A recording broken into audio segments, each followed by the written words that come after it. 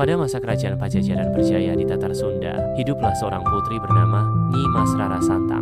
Ia adalah putri Prabu Siliwangi, raja yang terkenal bijaksana dan disegani.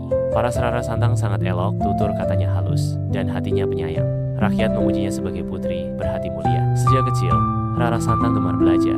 Ia menyukai sastra, sejarah, dan ilmu kehidupan. Tapi di balik itu, jiwanya gelisah. Ia sering merenung tentang makna hidup dan kebenaran sejati. Ia merasa bahwa kehidupan dunia hanyalah sementara, dan ia ingin memahami jalan yang benar. Suatu hari, ke pelabuhan Muara Jati di Cirebon, datang para saudagar asing dari Arab dan Gujarat. Mereka tidak hanya berdagang, tapi juga membawa ajaran agama Islam. Rara Santang mendengar kabar itu.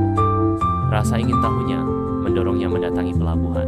Di sana ia mendengarkan para saudagar bercerita tentang Tuhan yang Esa, tentang keadilan, kasih sayang, dan persamaan manusia tanpa memandang keturunan.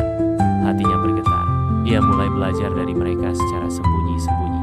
Ia belajar membaca ayat-ayat suci, makna syalat, dan nilai-nilai luhur dalam Islam.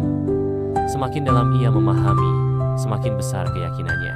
Hingga akhirnya, Rara Santang mengucapkan syahadat dan memeluk agama Islam. Ia mengganti namanya menjadi Syarifah Mudaim. Keputusan ini mengejutkan keluarga kerajaan. Prabu Siliwangi amat menyayangi putrinya, tetapi ia berpegang teguh pada kepercayaan leluhur. Terjadi perdebatan antara ayah dan anak. Namun Rara Santang tetap bersikap hormat. Ia menolak dengan halus ajakan ayahnya untuk kembali pada kepercayaan lama. Ia berkata, "Ampun ayahanda, hamba telah menemukan cahaya kebenaran. Izinkan hamba menapaki jalan ini." Akhirnya, Prabu Siliwangi tak mampu memaksa.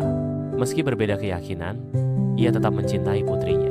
Tak lama kemudian, Rara Santang bersama kakaknya, Pangeran Walangsungsang, berniat menunaikan ibadah haji ke Tanah Suci. Mereka berlayar jauh meninggalkan Tanah Sunda. Di Mekah, Rara Santang memperdalam ilmu agama.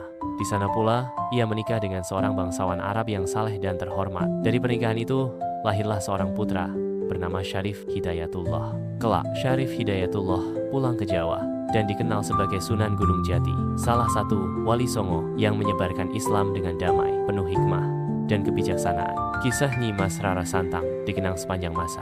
Ia adalah lambang keberanian, menuntut ilmu, mencari kebenaran, dan berpegang teguh pada keyakinan meski menghadapi tantangan. Sikap lembutnya kepada ayahanda menjadi teladan tentang bagaimana berbeda tanpa harus memutuskan kasih. Rara Santang tidak hanya dikenal sebagai putri cantik, tapi sebagai ibu dari seorang wali besar yang membawa cahaya ilmu dan iman ke Nusantara. Namanya harum sebagai sosok perempuan Sunda yang berani, cerdas, dan penuh kasih, yang meninggalkan warisan abadi bagi generasi-generasi berikutnya.